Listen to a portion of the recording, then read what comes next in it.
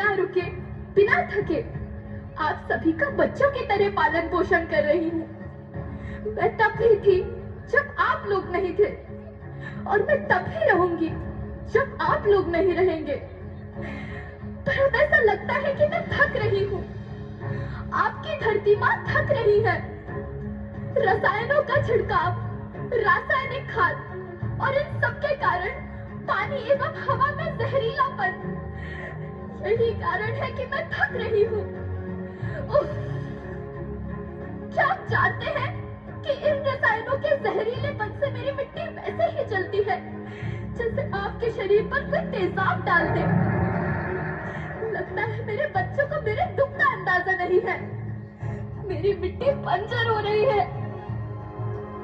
ये रसायन मेरी मिट्टी के उपजाऊपन को खत्म कर रहे हैं और उसमें पाए जाने वाला नमक मेरे शरीर पर मिर्च की तरह जल रहा है। मेरी फसलों की पैदावार कम हो रही है। मैं धीरे धीरे और थक रही हूँ।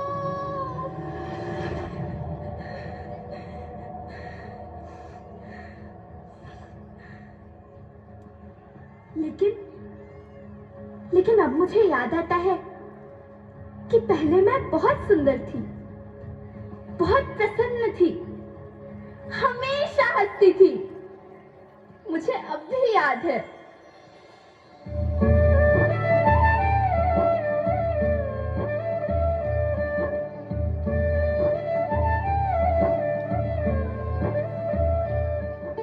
मैं तुम्हारी माँ सुंदर क्यों ना होती? मुझे तो सुंदर होना ही था, क्योंकि बीते जमाने में आप मेरे बच्चे ही तो अपनी माँ के रखवाले थे। आप लोग प्राकृतिक खेती करते थे, और फिर हमारी सभ्यता में तो प्रार्थना भी धरती कल्याण की है। ओम द्यौ शांति, अंतरिक्षः शांति, पृथ्वी शांति, औषधयः शांति, वनस्पतयः शांति। ओम शांति शांति शांति।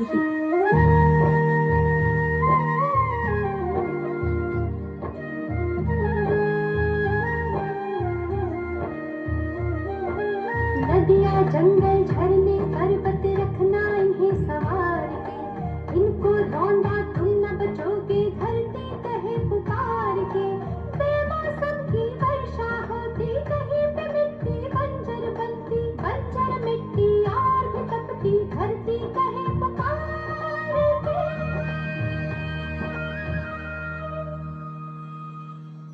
हजारों साल से मनुष्य धरती की गोद में रहता आया है, लेकिन आज मैं आपसे पूछती हूँ कि आपने इसके बदले धरती माँ को क्या दिया? ये जहरीले रसायन और प्राकृतिक खाद जो मिट्टी को बंजर कर रहे हैं, उर्वरकता को बर्बाद कर रहे हैं। आप अच्छी पैदावार के लालच में जो रासायनिक खाद अपने खेतों में डाल रहे हैं, वो अभी तो लाभ देगी, लेकिन लंबे समय में उसी रासायनिक खाद का नुकसान भी है। रासायनिक खाद जहर समान है, और तो और फसलों में पानी की खपत भी बढ़ गई है, जिससे खेती की लागत बढ़ रही है और पानी का स्तर जमीन के काफी नीचे जा रहा है।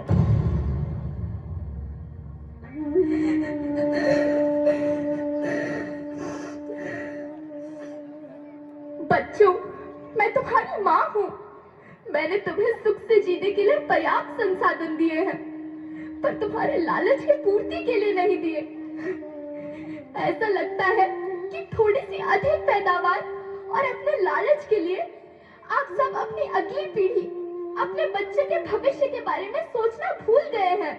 सोचो, क्या तुम अपने बच्चों को ऐसे खेत देना चाहते हो जो बंजर हो?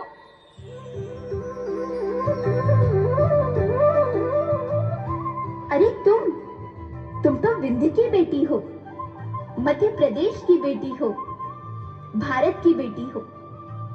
आओ, तुम ही मेरे बच्चों को कुछ बताओ। धरती माँ, हम तो अपने बिंद के सवे जनन का केवल इतने कहे चाहिए थे कि प्राकृतिक खेती या समय के मार्ग बन चुकी है। प्राकृतिक खेती या उद्देश्य के साथ होत है कि जौने जमीन और हमरे मिट्टी की उर्वरकता बनी रहे। हम सबका प्रकृति के साथ मित्र जैसे व्यवहार करे चाहिए। हम अपना से आने वाली पीढ़ी के तरफ से या विषय का ध्यान देके सुने और देखे के विनती करी थी। अभी न संभले मेरे बच्चे तो फिर तुम पछताओगे। नेचुरल फार्मिंग न हुई तो हाथ धरे रह जाओगे। माँ का शोषण कौन है करता, कौन है मिट्टी जहर से भरता। जब से जैविक खाद को छोड़ा, खुशहाली से नाता तोड़ा। अभी न संभले मेरे बच्चे तो फिर तुम पछताओगे, तो फिर तुम पछताओगे। लेकिन धरती माँ, आपको सुरक्षित और प्रसन्न रखने का उपाय क्या है? एक ही उपाय है। धरती एक, परिवार एक, भविष्य एक। इस मूल मंत्र को आत्मसात कर लो।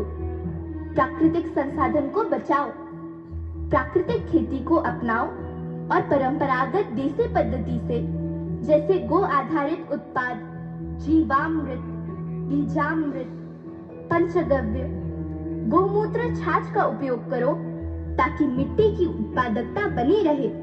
याद रखना, मैं माटी हूँ। माँ होना मेरे नाम में बसा है। पोषण करने के लिए ही मैंने जन्म लिया है। करोड़ों सालों तक धरती पर सांसों की डोर आगे बढ़ाई। पेट भरा जब सबका, तभी मैंने संतुष्टि पाई। वो माँ हूँ मैं सबकी, जिसने जन्म न देकर भी जीवन संभव बनाया। अन्नदाता मेरे पुत्र किसान, तुमने ही तो इसमें मेरा साथ निभाया। दिन रात सींच पसीने से मुझको हर मुंह तक रोटी पहुंचाई। जब तुमने माथे मुझे लगाया, मैं हरियाली बनकर मुस्काई। मिट्टी बंजर होने से या धरती के नुकसान से किसी एक देश, एक द्वीप, एक समाज या एक धर्म का नुकसान नहीं है, बल्कि सभी का है, क्योंकि सभी आपस में बंधे हैं। धरती की श्रृंखला टूटी, माला टूटी, सब बिखर जाएंगे, सब खत्म हो जाएंगे।